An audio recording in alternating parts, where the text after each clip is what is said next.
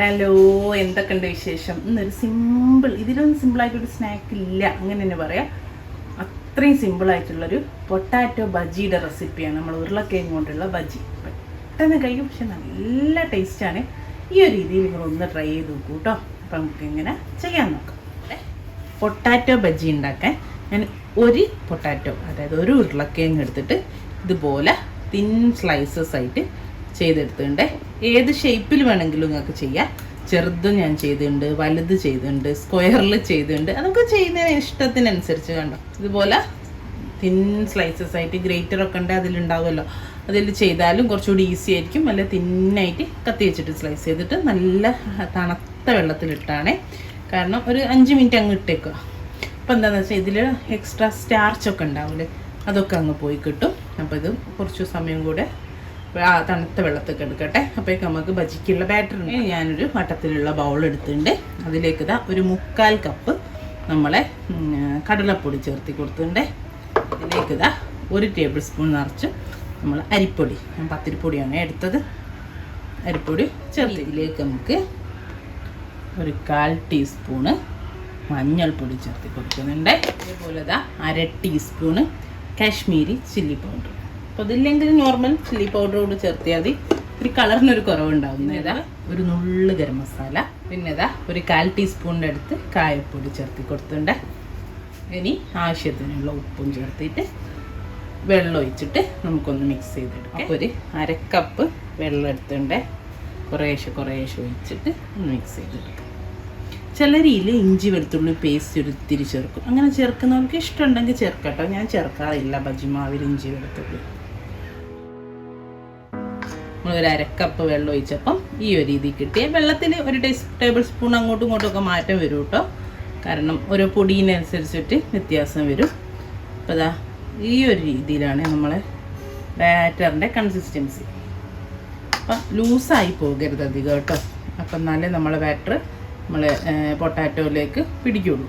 ഇനി നമുക്കിതിലേക്ക് ഒരു പിഞ്ച്, ഒരു 1/4 ടേബിൾ സ്പൂണിൻ്റെ 4 ഉള്ളൂ സോഡാപ്പൊടി, ബേക്കിംഗ് സോഡയും കൂടെ ഇട്ടിട്ട് ഒന്ന് മിക്സ് ചെയ്തെടുക്കാം. ഓക്കെ, ഒരു ബാറ്റർ ഇവിടെ വെക്കട്ടെ.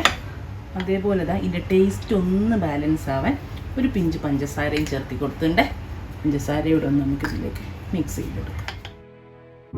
ഞാനിതാ ഒരു ടിഷ്യൂ പേപ്പർ എടുത്ത് വെച്ചിട്ടുണ്ട്.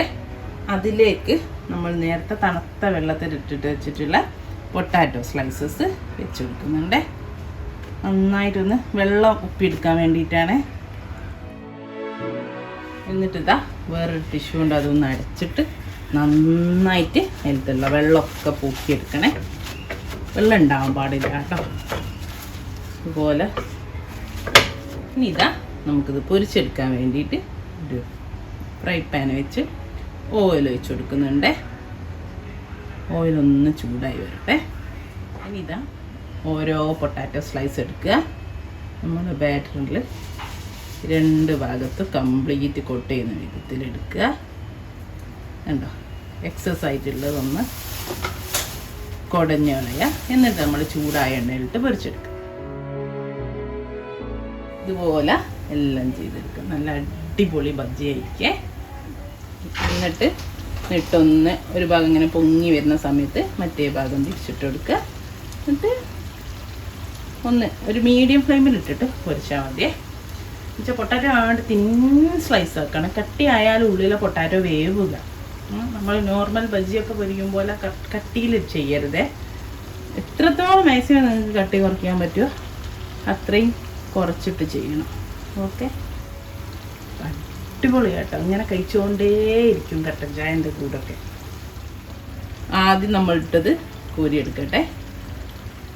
കോരിയിട്ട് ഒരു സ്റ്റെയിനറിലേക്ക് ഇടണേ.